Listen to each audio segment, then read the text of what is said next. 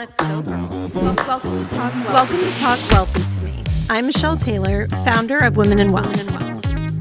From breaking money myths to building wealth and achieving financial freedom, we're here to empower you to create your own path. Talk Wealthy. Now, join the conversation and let's change the way women think and feel about money. Okay, ready? Welcome to Talk Wealthy to Me and our Live from Mallard Hall Estate series. In this episode, I'm sitting down with Ruchi Pinniger. Ruchi is the founder of Watch Her Prosper, a company dedicated to helping high-achieving women build confidence and comfort with their numbers. After a successful career as an executive on Wall Street, she created a unique space that emphasizes prosperity beyond money, transforming the businesses and lives of women. In this episode, we break down why financial confidence is the key to lasting prosperity and how women can take control of their numbers to build true wealth. Hi, everybody. Thank you so much for spending a little bit of time with us again today at the Talk Wealthy to Me podcast. I'm really excited because I have someone here today that is a girl after my own heart, Ruchi Pinniger. Ruchi like Gucci, as she likes to say. But I'm really excited to have this conversation with you today, Ruchi, because you do so much, but you also truly are passionate about women and their money mindset. So for everyone listening that hasn't had the pleasure to meet you yet, tell us about you and your business. Absolutely. Thank you for having me. It's so incredible to be here with you and your listeners. So after 20 years in the corporate world, mostly on Wall Street, I left to start Watch Her Prosper.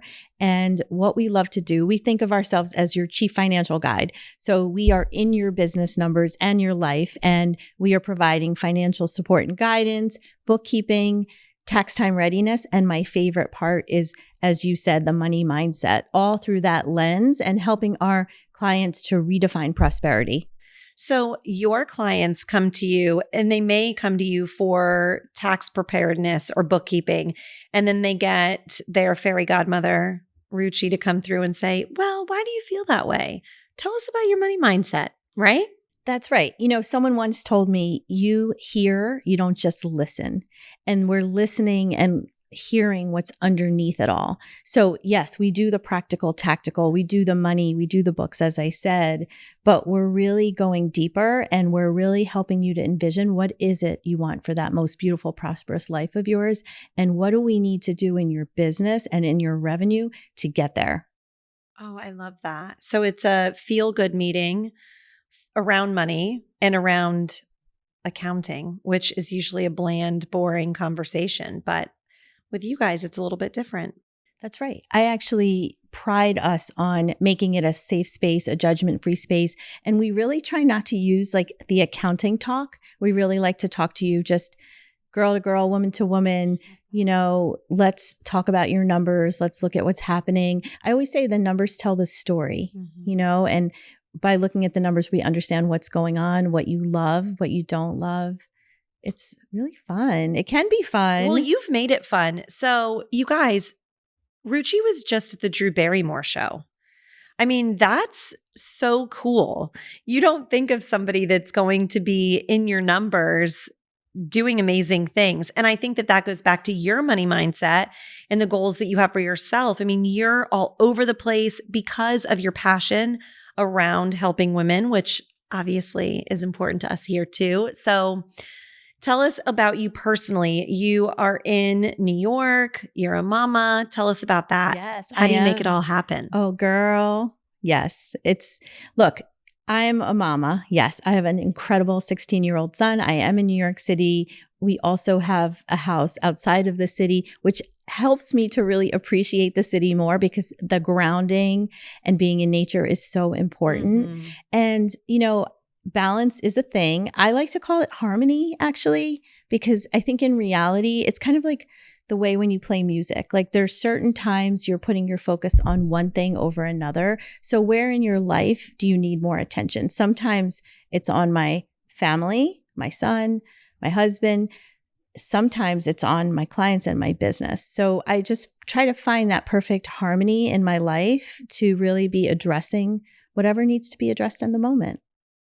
Well, I think we can all relate to trying to find harmony in life and giving ourselves the grace to know that it doesn't happen all the time, but man, when it does, it's a thing of beauty. It is.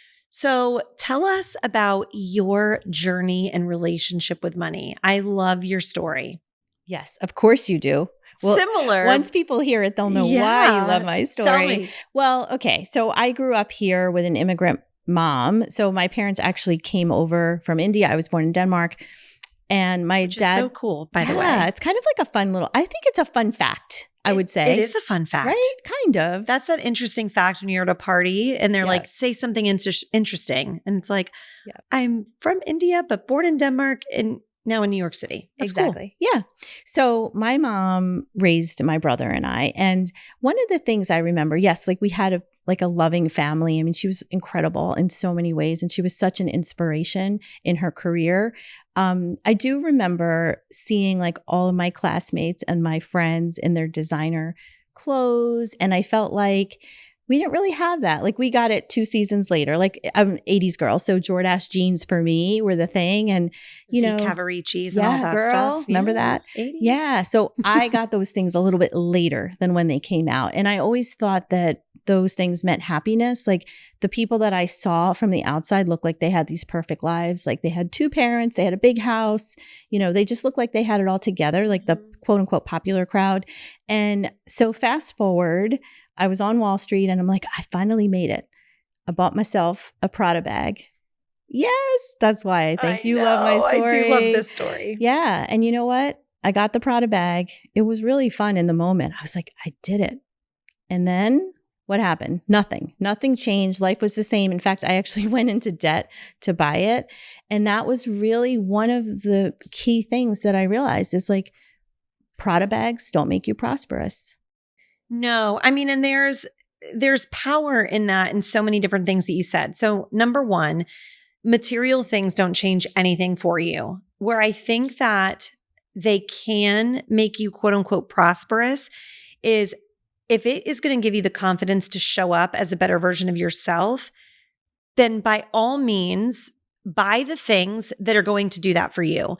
It doesn't have to be because of a name brand situation like that, although I love Prada. But I think that what you took away from it is so important because it did kind of lead you and guide you into the work that you're doing today. Growing up, I think I've shared this story with you. I had these couple of metrics that I thought, okay, well, when that happens, I've made it. And it didn't change my life. I do have fresh flowers in the house, but man, like it's an obsession where I like to do it because it's a comfort, but it doesn't change anything. These invisible, like goalposts that we're running towards. And I think that as women learn that, that's where the real power is. Because what is it about the Prada bag? It wasn't the bag. It wasn't about the things, but it was like the happiness on the other side of that you thought that those things would provide. When in fact, now you've just realized that having control and freedom and power over time and your finances and having the tool to build the life is really what you were after all along. That's exactly right. Prosperity is an inside job. Yeah. That's what it comes down to in the end. You know, it's interesting. I know growing up, I used to think I would chase like a career because I thought that person looks happy. So that's what I want. But when you stop and you think internally, what is making this look appealing? It was the freedom of time and it wasn't the thing. And so the work that you're doing on money mindset, I'm sure you're encountering women all the time that are struggling. What are the commonalities between them that you're seeing? Is it trying to do everything at once? Like, what do you see? I see a lot of times this is a really interesting thing with our clients. Like you see they're doing the practical, tactical work. They're putting in the saving strategies for taxes, for growth. They're increasing their revenue. And then what I started to see before working on the money mindset was, well, now where's the rest of the money? What was happening was they were making more, but they were spending more. Mm-hmm. And what we started to realize as we dug deeper is money's not safe with me. So there's these underlying stories that we carry with us that are subconscious.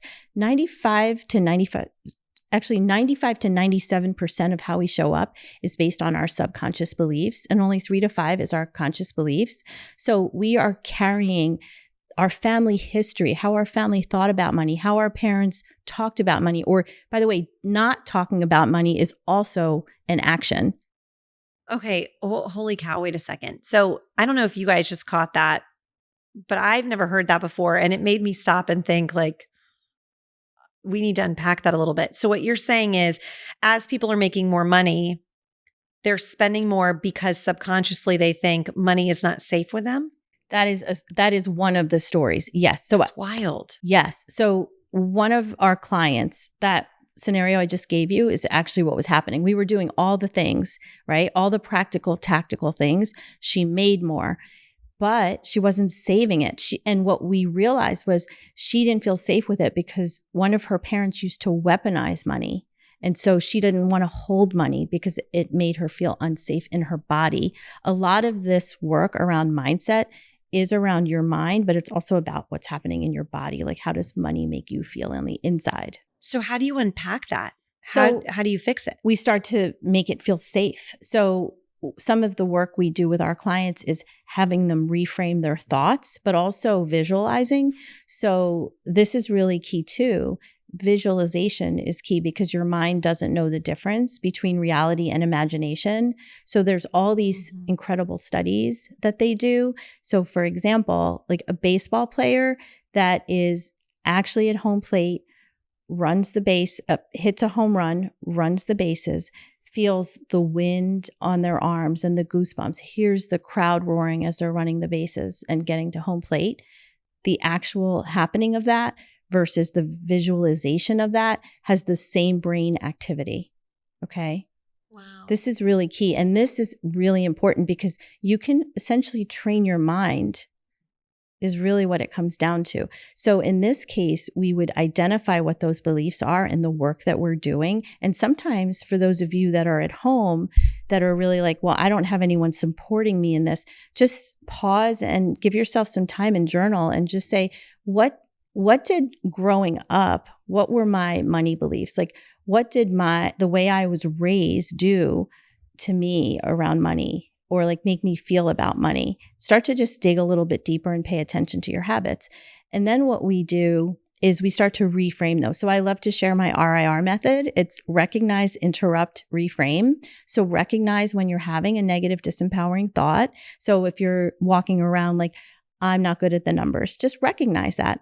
Interrupt it and reframe it with a more prosperous, more empowering thought. Like every day I trust myself more and more with money. Like you told me to do with technology. Just like you guys. And it works. When Ruchi and I were together a couple of weeks ago and I said, oh, technology and we are not friends. And she literally like record screeching, don't say that. What you have to say is, I am getting, technology and I are getting better at working together towards the end result or something like that. And I said it to myself and it did kind of work. And then when I said it again later, it was like, oh yeah, this feels better.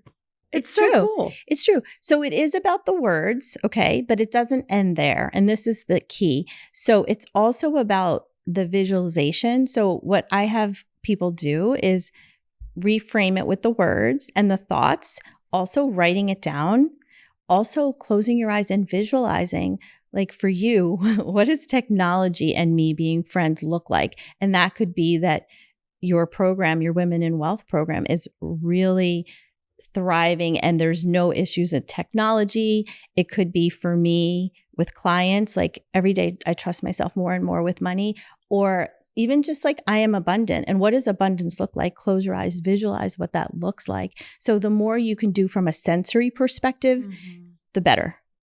Well, and I do love that. And that's something that I talk about on the podcast often. Abundance is going to look so different for everybody. And what your perfect abundant life looks like, you shouldn't try and make that fit into the mold of someone else's because that doesn't feel genuine. Mm-hmm. And that goes back to what you were just saying, is truly doing the work to figure out, why do I want this thing?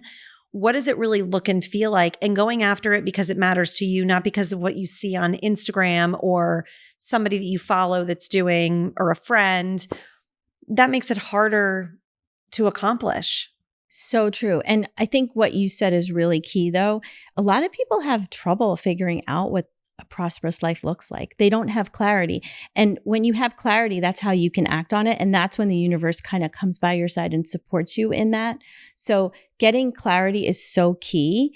And for those of you here listening, I want to give you maybe like a tool or an exercise that you can do to get clarity. Yeah? Yeah, please. So let's do it. Okay. So what I want you to do is just like take an hour out of your day, schedule some time, grab a candle, grab a journal, grab a blanket, cozy up on your couch, and just close your eyes and start to think about some questions, sort of some curiosity questions. Like, if it's a year from now, how do I want to be spending my time?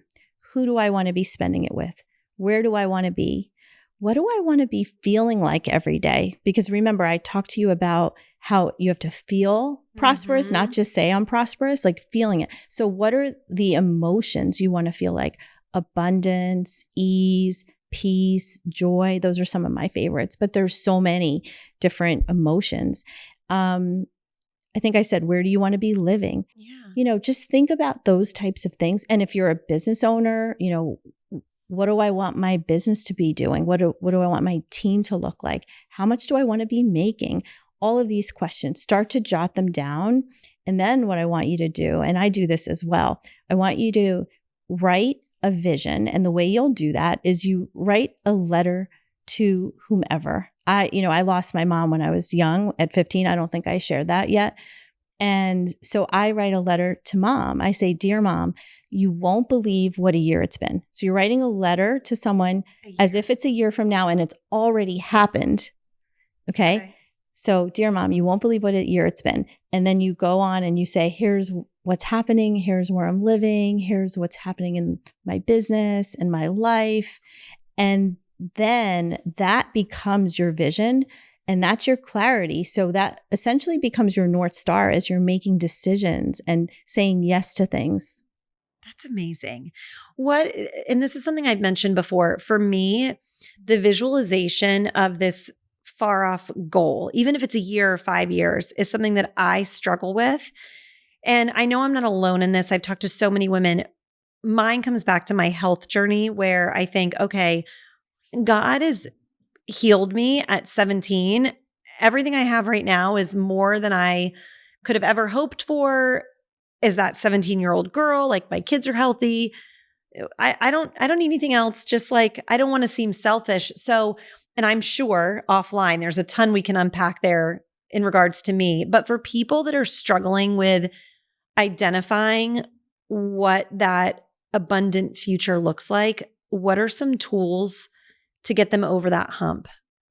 Well, this goes back a little bit to the safety. What is it about your life that you don't feel like you're deserving of whatever it is you want? Mm-hmm. What is it?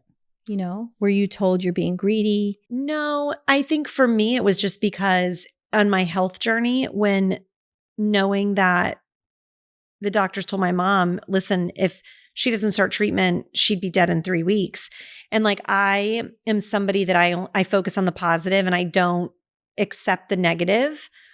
And that's been a great tool. But I also feel like because of that, now to think through, what does that future look like? It's hard for me to chase things that I feel is asking for too much. Does that make sense? It does make sense. So I think what I'm going to share with you is my 3 pillars of redefining prosperity. Okay. So let's break it down. There's 3 pillars: well-being, spirituality, and healthy relationships with people and with money. And what I have seen is when you embrace all of these pillars, that's when you live that most prosperous life, when you really embody them. Mm-hmm. So what you could do as you're thinking about that vision and getting that clarity is really look at each of those. So thinking about well-being, yes, of course, it's the taking care of yourself, exercising, eating well, like all the things. But it's actually a bigger definition. It's broader. It's what are the things that really bring you joy? Mm-hmm. Okay. What do you love to do? Yeah. Like spoil yourself. So I love my regular massages. I've been really getting back into them and committing to them so I can actually live the life that I'm sharing and teaching, right? Mm-hmm. I want to really be in full authenticity. So I'm like regular massages again, getting back into it. I love beautiful grounding walks in nature. So that's the well-being. Then there's the spirituality pillar. And that is simply the recognition that there's something bigger than us out there, something bigger, right? For you, you said God helped heal you. I talk a lot about the universe. And when you think about the universe is a mirror and what you're putting out is what you're getting back. I do believe that 100%. Yes, right? So if you're thinking lack, scarcity, that's what you're getting back. If you're thinking abundance, gratitude, that's how you're calling in all the things you want. And those healthy relationships with people and with money, healthy relationships with people, who are you spending most of your time with, right? We are the average of the 5 people we spend our most time with. So are your relationships based off of lifting each other up, rising each other, or are they based off gossiping and complaining, right? Yeah. So really start to look at that. Who are you spending your time with? Do they really make you feel joyful? Do you have those laugh, like you want to cry kind of moments with them? Are you bragging for each other and giving each other space to be celebrating? And I think women are so good at that. And I know even just knowing you and counting you as a friend, like I think that a lot of the women that we surround ourselves with, it is so much fun to celebrate each other. And there's been this shift, I believe, in how women show up for each other. And it's gotten less competitive, which I think is amazing. So that is empowering in and of itself. Celebrating your friends and the women that you see every day, because it is reciprocal. Yes. And empowered women do powerful things. Yeah. I used to there were 3 of us and we'd go regularly to dinners and we would all take 10 minutes to brag about ourselves. Like we would time it so that, because sometimes, one person could kind of take the whole time otherwise. This way everyone gets an opportunity and just to celebrate each other. So those are just fun little rituals. And then just really quick, that healthy relationship with money is really key. Yeah. So this is about your money mindset, which we talked about, is your belief system, your thoughts, but it's also about your money habits. And this is really important. And I know the beautiful work that you do is really aligned with this, is like, what are your money habits? Are you avoiding your numbers, or are you tackling money issues head on? Are you talking about your money? Are you talking about your goals? Are you actually paying attention to the money, planning for your cash flow, planning for taxes, planning for your building wealth in your retirement? Sure. Those habits are really key too with that relationship with money. So all of those pillars are really a great way to kind of get through what you talked about. Okay. Well, that's great. I'm going to work on this. I'm going to see where I could maybe figure this out. But I think as we wrap this up, when you're thinking about Ruchi at 12 years old, 20 years old, or some of the women that are listening, the mindset work is so critical to having abundance. But what are some really good money decisions that you've made, or that you would want to teach the younger version of yourself, that some of the listeners can take and jot down real quick and try and implement? So I think it starts with understanding what you're making and spending, right? I mean, you have to just know what's happening. The information and the data is so important. And then start to really think about, how do you align that with your bigger goal? How do you align that with what you want in your life? So planning for that is key. So start early with your retirement, right? And it's never too late, of course, but start early, because the longer you're invested, the more wealth you're building. Well, yeah, I always say it's not time in the market. I'm sorry, it's not timing the market, it's time in the market. Yes. And starting yesterday was the best. Starting today is your next best option. And I would love for you to clarify, because I know how you feel about this. Saving for retirement, you don't mean putting money under your mattress or in a bank account, because no one saves their way to wealth. And cash is the most expensive place to hold money. So how would you clarify that? I mean, you need to put your money to work. Yes. Amen, Absolutely, sister. girl. I love that. That's right. Put your money to work because it is not going to grow under a mattress or even in a bank account. Not the way you need it to. Well, and if you think about when you're investing in the market or in assets, that your money is working for you while you're sleeping, I mean, and diversifying, right? Yeah. That way, no matter what happens, you are protected. And I think also it allows you, it gives you like a shortcut to taking the emotion out of money. I think that, when you're looking at your money mindset, that's all emotion. When you're looking at data, that should be no emotion. And it's finding the balance of both to build the successful life that you want for yourself. And when you are diversified in a portfolio or in the assets you hold, if something like a COVID happens or the market, a few days ago, the market fell 2%, everyone's panicking. But if you own real estate and you own, commodities or art or whatever, you're not as upset about it because you're okay. And I think that it's so important to marry the emotional side and the data and factual based side. Absolutely. Beautiful. So for anybody that is listening that has fallen in love with your messaging and work that you're doing, like I know so many of us have, what is up and coming that's exciting? Where can we find you? How do we keep more Ruchi like Gucci in our lives? Yay. Well, of course, you can go to my website, watchherprosper.com, and you can go on Instagram at watchherprosper. Follow me there. And also, those of you that are interested in that redefining prosperity journey, you can go to iwanttoprosper.com and you can download my complimentary Redefining Prosperity workbook. I love that. And ladies, you definitely should. These free resources are out there. Take advantage of them as a way to introduce yourself to somebody and their methodology. And you never know when you're going to find your next favorite thing. I will very quickly close out that Ruchi may not have loved that Prada bag, but my girl here loves Valentino.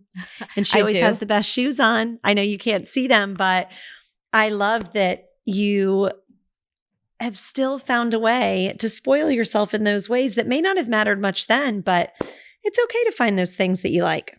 It's okay to find those things, but they're not what makes me whole. And that is the key. Remember, prosperity is an inside job. All the outside stuff, if you love it and you can afford it, go for it. Yay, all day. Yep. Starts on the inside. I love that. Well, thank you so much for being here. I think what Ruchi's messaging is so critical for all of us to pay attention to and put in good practice. Follow her. And as always, let's change the way women think and feel about money together. Share, like, rate, and follow along.